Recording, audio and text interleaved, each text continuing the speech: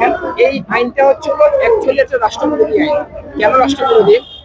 আমাদের এখানে ধরেন হচ্ছে টোটাল হলো 257টা অথবা 300-এর উপরে সাবসেক্টর কাজ করছে।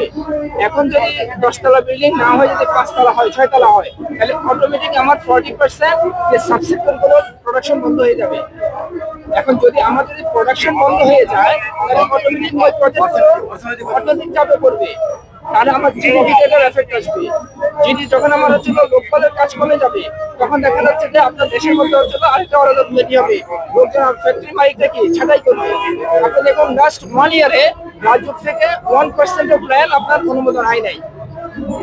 এখন প্ল্যান যদি আমি না পাই, আমার যেমন জমির মূল্য কিন্তু কমে নাই।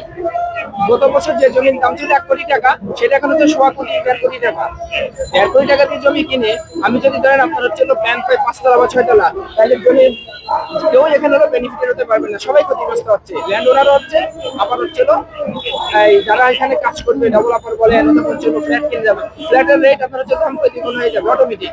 কারণ আগে আমি পেতাম 10তলা, এখন পাবো যদি 5তলা, তাহলে দ্বিগুণ হবে ফ্ল্যাটের দাম। যেখানে ফ্ল্যাট চলে এখন 10,000 টাকা